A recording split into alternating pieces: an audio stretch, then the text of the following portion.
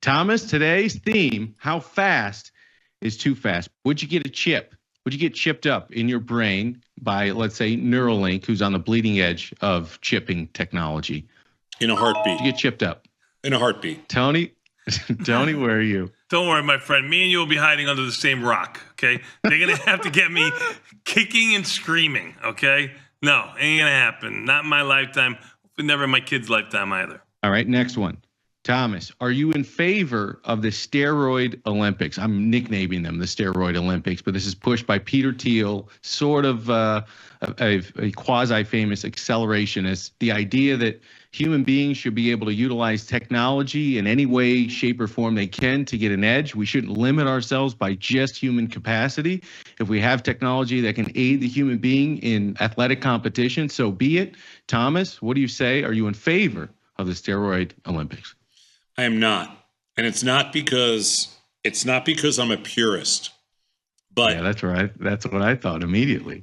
This guy's a purist. No, I'm not a purist. I am not in favor of the steroid Olympics because I like the idea of us being able to have some history and to measure things against history. And I think that the steroid... Maybe we should all run barefoot then. He's so off base right here. Why? You're in favor of a steroid Olympics? I don't think you can stop it. And I think they're already using it. And I think everything's already... Well, they're not using it because they're using it. That's why they have drug testing. So they're not using it. They're all getting around it. It's not their own. They're not. I mean, come on. Don't conspire. They're not getting around it. There's no getting around it.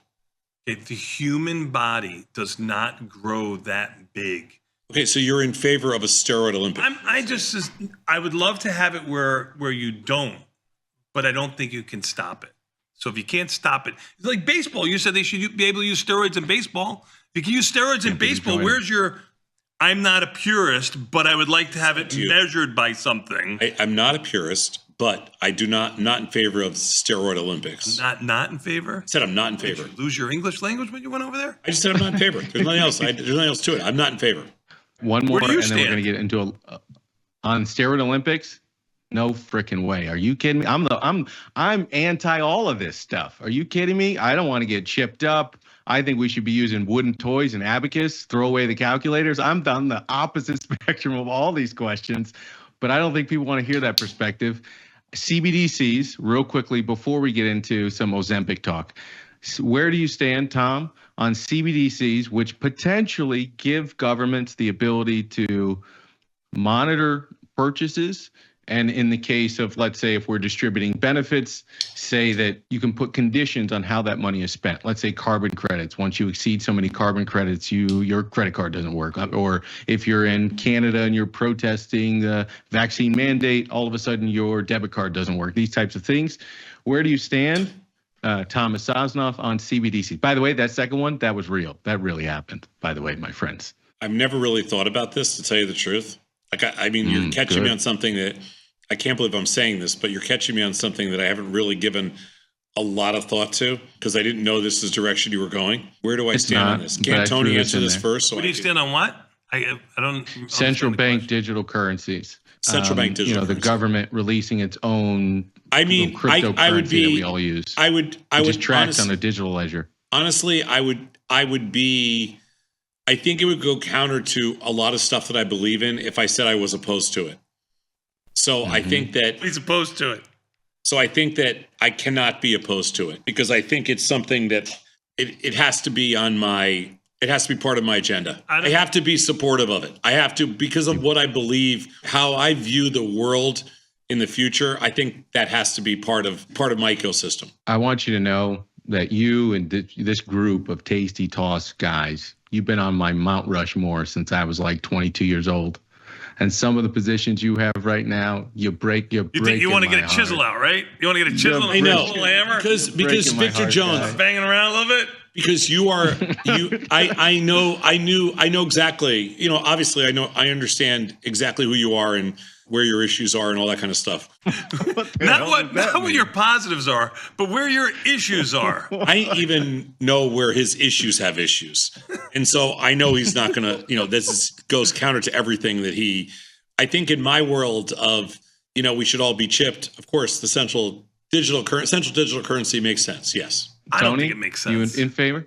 What about free market? I'm with Tony. I'm a free market person. That has nothing to do with it. So how do you have a digital currency set by governing? It's still a free market. It's still a free market. So you're saying you're the yen. You're for the yen. It's still a free market. It is. Yeah. It's same as fiat. It's just issued on a digital ledger, which gives just a digital ledger. and central authorities more trackability and therefore more programmability in the future. Whereas you have private cash. Its value fixed nobody can tell you how to use it. No. It's just trackable. All he's basically talking about is tracking. Okay. And I'll quote from Google. It's not the best source, but other than Tom, it's my second best choice here. It says a central bank digital currency is a form of digital currency issued by a country's central bank.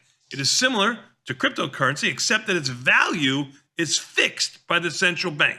So is the dollar. It's the same thing. So is every currency. That's not what they're talking. That's not what he's talking about, though. He's talking about it from a tracking standpoint. Should we be able to track Victor Jones and everything, all the money in and out, everything? Yeah, sure. It makes it easier. Makes it easy for what? Makes it easier for taxing your ass. Taxing my ass. Jesus. Let's go to Ozempic and GLP-1 inhibitors. This thing that's just got people going crazy. Everybody's stabbing their stomachs with this bad boys. You worked really hard, Tom, to get yourself in shape. I'm sure. Don't you think it's a little bit bait and switch, taxing my ass? Let's get to the companies. Let's get that all straightened out. Full disclosure. Before we go to little old bat. Full disclosure. You were just an example. I've never used Ozempic. I didn't say you did. Why? Why are you getting so defensive? Oh, I thought not being defensive. I'm just saying I haven't used. I've used other drugs.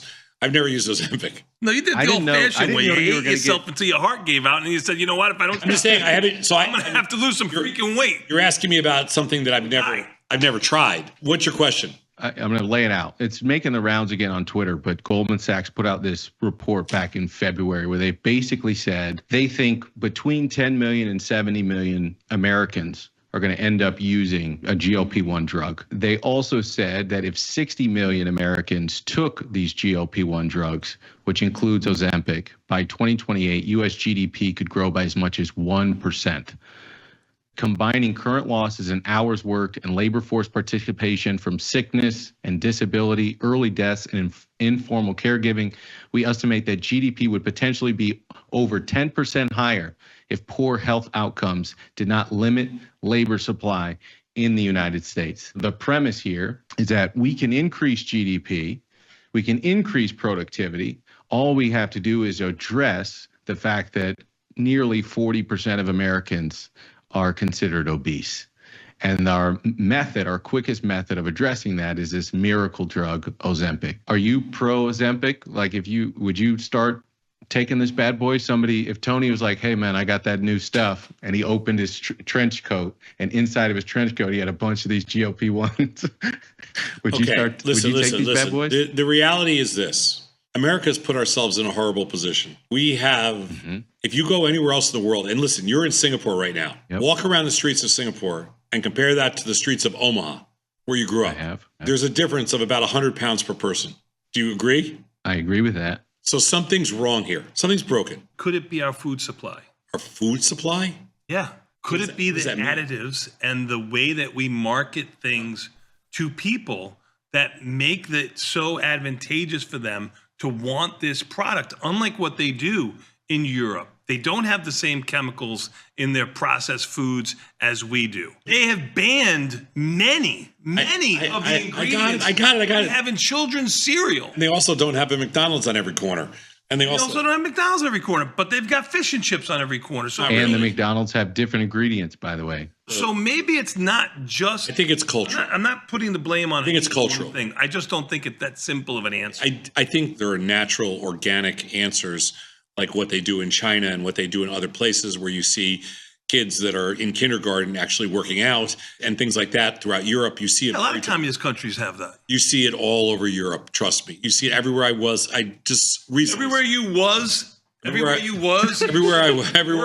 Stan, what happened to you? Everywhere I was last week and the week before, it's very different when you look around. Listen, we have a problem in America. If it improves our GDP, sure, I'm supportive. I hate to do it where it's not organic, but listen, we have a problem here. 3 solutions. We can address it at its core. We can try to accept it, which I think is probably a mistake, a huge mistake, We can address it through whatever you want to call it, medicine or some artificial form. Those are our only three choices. We can go at it systemically from at its core. We can just accept it as is, or we can use something artificial or something medical to address it. We have to choose one of those three. We're already in the middle one, which is the absolute worst one, which is just accept it. And it makes us a very inefficient society. Figure out which one of the other two. You want to do it medically, do it medically. You want to do it organically, then we got to change everything at about kindergarten level. Let me leave you with a little food for thought here, pun intended. Thank you, You Mr. mentioned Singapore. That's about as smart, as witty as I got, Tony. That's about as good as I can do. The first thing, you mentioned the difference between Singapore and Americans.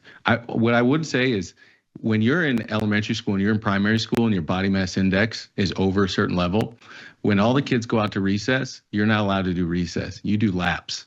And until your BMI comes down within a reasonable level that are established for each grade level, you're doing laps until you get your weight back in check. That's kindergarten. That's up. No, it's primary school, man. Primary school. So do you know what they would do in America if that was the case in America? It'd have riots. Maybe that's the problem. You said it's cultural. This is the definition. I'm not like anti-Ozempic, and I know a lot of people are taking this thing, and if it helped you get on this healthy journey, then so be it. I think maybe one of the questions nobody's asking is what are the long-term health studies that have been done on these drugs? That's normally not the first question. It's what are the benefits and what are the personal benefits and what are the economic benefits? But nobody wants to do a cost-benefit analysis. And if we don't have enough data on the cost side of this, maybe we're jumping into the pool too quickly. Same thing with AI. If we don't really have our hands around what the potential downsides to society are, maybe we're jumping into the pool too quickly. Real quick, I agree with Tony. It's a complicated issue. What I mean by that is we spend over $100 billion on SNAP, which is food stamps. 10% of SNAP money goes towards soft drinks. Those soft drinks go to two companies, Coca-Cola and Pepsi. There are studies that prove that people that are on supplemental assistance have higher instances of overweight, obesity, diabetes, you name it. I suppose if we start addressing these issues at the root, we are talking about public policy. We're talking about where SNAP benefits go, what they can buy. Ozempic is the definition of having our cake and eating it too, being able to down all these sugary soft drinks and bad food, bad culture, but then still getting the productivity benefits for it on the other end. That's what the Federal Reserve does to our monetary system. They suppress volatility. Ozempic is effectively suppressing volatility, and that never ends well. Vol shows up somewhere. It's just Vic, are you suggesting that the alternative is better, which is just let people explode? No, man. Get your ass outside. Okay. And walk great. I got it. Eat I understand that. But vegetable. We can do it. Easier said than done, and you know that.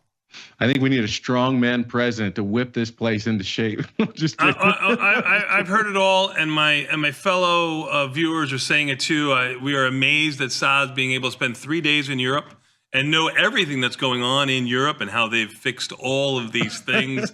I mean, it's amazing how much you absorbed in those 72 hours that you were there. It really is mind-blowing. I think you're 75% of the 4 questions I asked. You're an accelerationist, Tom. You're an accelerationist, my friend. I'm a purist. So is Tony. That's how we're going out.